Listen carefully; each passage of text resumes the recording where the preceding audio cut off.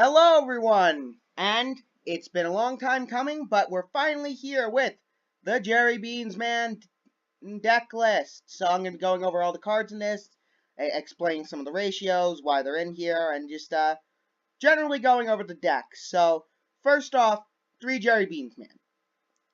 Absolutely necessary. He is our primary playmaker. 1750 attack. So he's got the highest attack of any level 3 normal monster, which is pretty useful, I'd have to say. And he's in the deck because he works with, he's the main focus of the deck, works with basically all the cards in the deck, so good card overall. Then we've got 2 Mad Lobster and 2 Sonic Duck. They're in here for basically the same reason. They have the second highest attack of any level 3 normal monster. So they're here if we run out of Jerry Beans Mans for some reason. They're here in case we need them to beat over the enemy. They're also here for fodder for some of the spell cards we got in here. Then we've got 2 Metal Foes Silvered. Yeah, Silvered, that's how you pronounce it. Which we can Pendulum Summon with these. And they make Metal Foes Fusion live to search Metal Foes Fusion. They make the fusion that we use in the deck live. So, really useful. We played 2 of them, because playing 3 of them was, I just found it was a bit too much. Then we played 2 Toon Warrior. These are our tuners. Again, they're just level 3 normal monsters. Decent stats, so they're not terrible options. Then we've got Melfo's Steelin. Basically, he has the exact same effect as Silvered, but scale 8, so Pendulum Summoning is viable and useful for the fusion. And other than that, same reason we play 2 of them. Now, onto the effect monsters, we do play a few. We play Knight of the Red Lotus. When you have exactly 3 normal monsters in your graveyard, you can special summon this card from your hand by removing from play 2 normal monsters in your graveyard, and once per turn, you can select and special summon 1 level 4 or lower normal monster from your graveyard. This card's pretty good, because you're going to wind up with, if you're synchroing, using some of the spell cards in this, you're going to wind up with a large amount of normal monsters in the graveyard. You can banish them to summon him, and he can be tribute summoned normally, so there's some neat plays you can make with him, and synchros. 2 Rescue Rabbit was the best I found.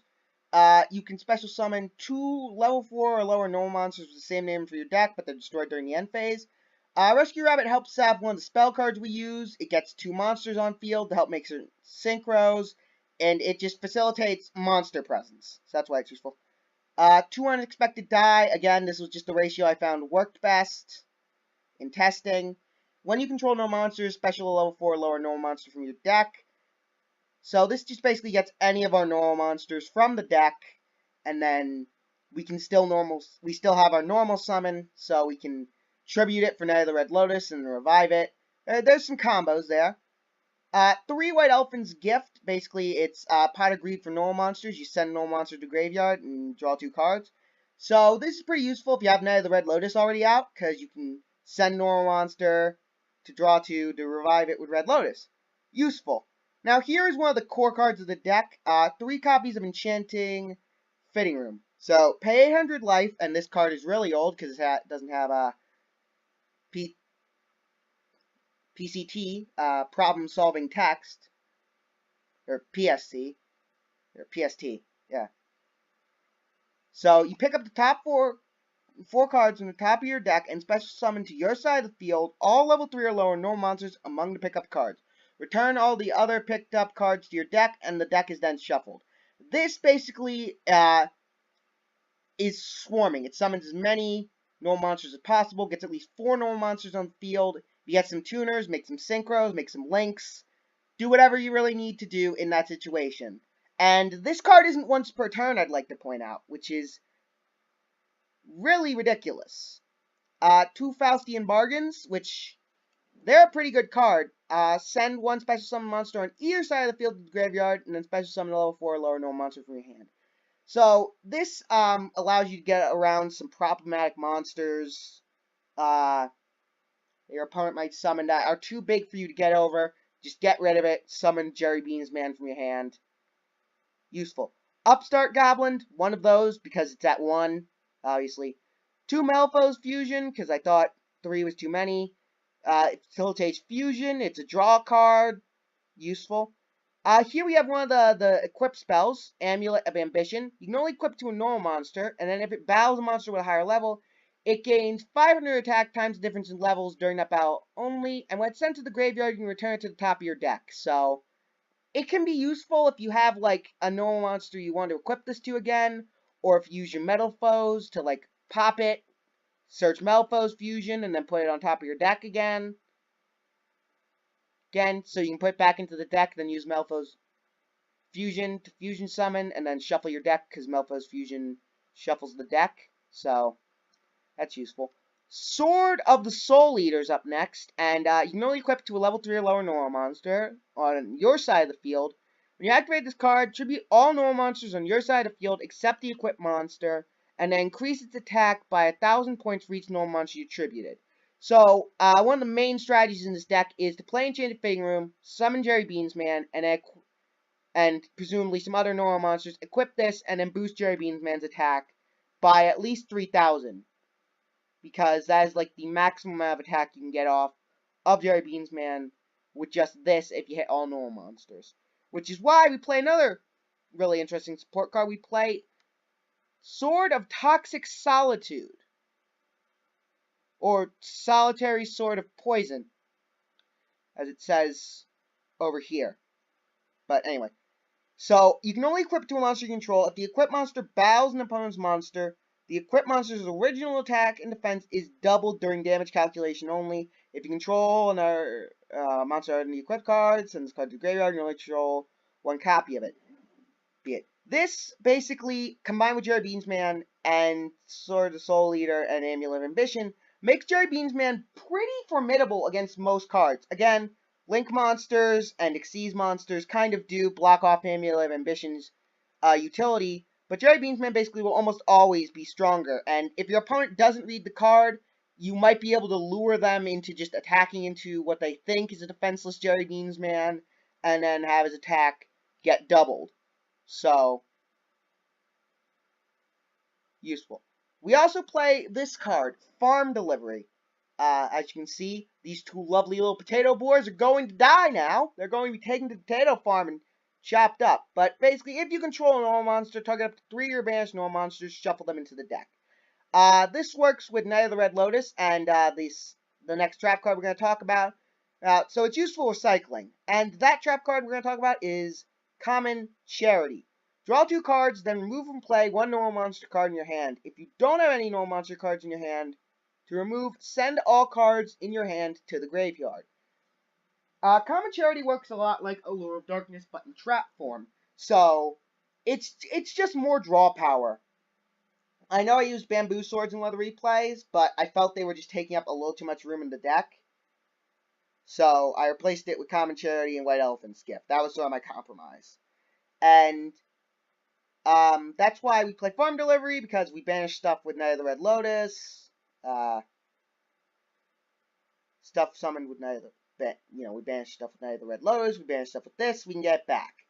Then we play 2 Mirror Forces and 2 Safe Zone, because I want to keep the deck at 45 cards. Safe Zone's really useful. It can prevent your monster from being targeted or destroyed by targeted or destroyed by your opponent's card effects, or be destroyed by battle. So that's pretty useful.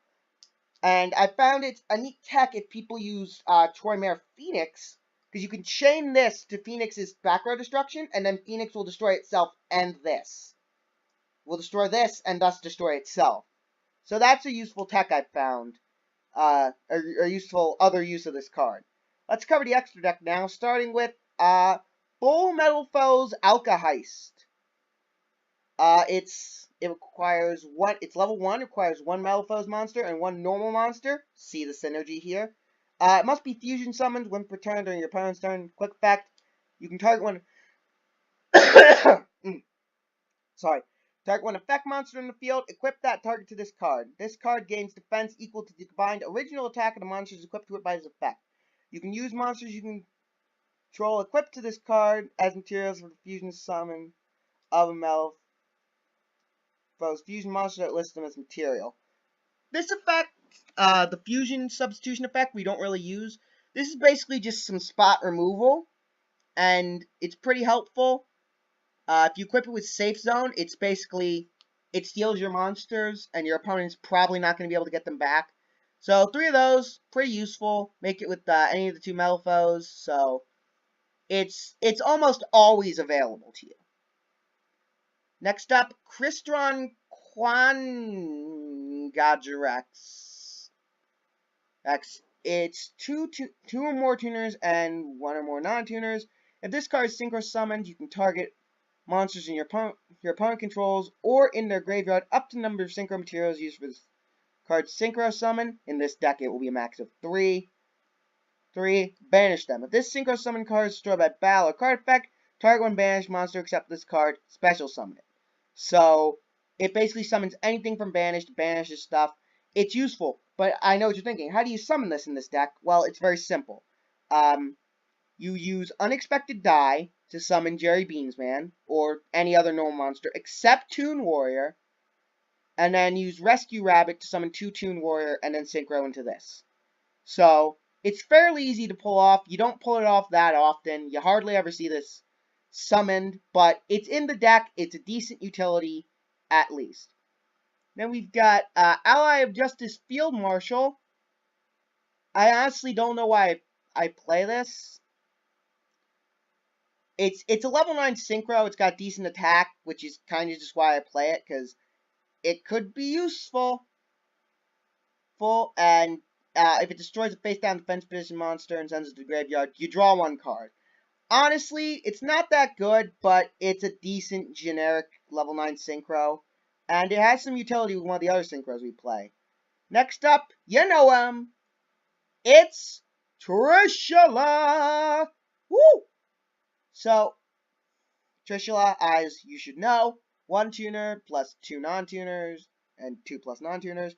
When this card is synchro summoned, you can banish 1 card each from your opponent's hand, field, and graveyard. The card in the hand is chosen at random. Trishula, probably one of the best cards in the deck. It's at 1 for a reason. And good removal, just good attack stats. It's useful. Next up, we got Mistworm. Same materials as Trishula. When summoned, you choose up to 3 cards your opponent controls and return those targets to the hand. So, it's decent removal and you can play 3 of it, so that's why we play 3 of it. Cloud Castle. 1 tuner, 1 more non-tuners. When this card is synchro summoned, you can target 1 level 9 monster in your graveyard, special summon that target. Level A or lower monsters can attack the turn they are normal or special summoned. So, this can be pretty useful as a decent stall card.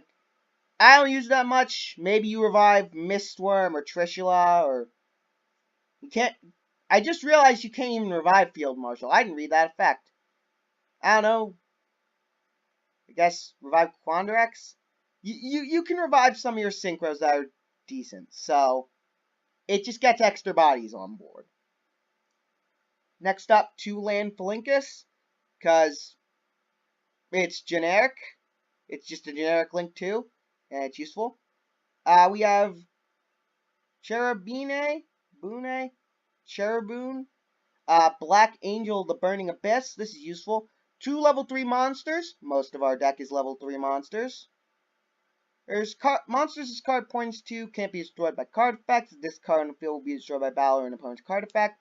You can send one other card you control to the graveyard instead. You can send 1 level 3 monster from your deck to the graveyard and target 1 Burning Abyss monster in the field.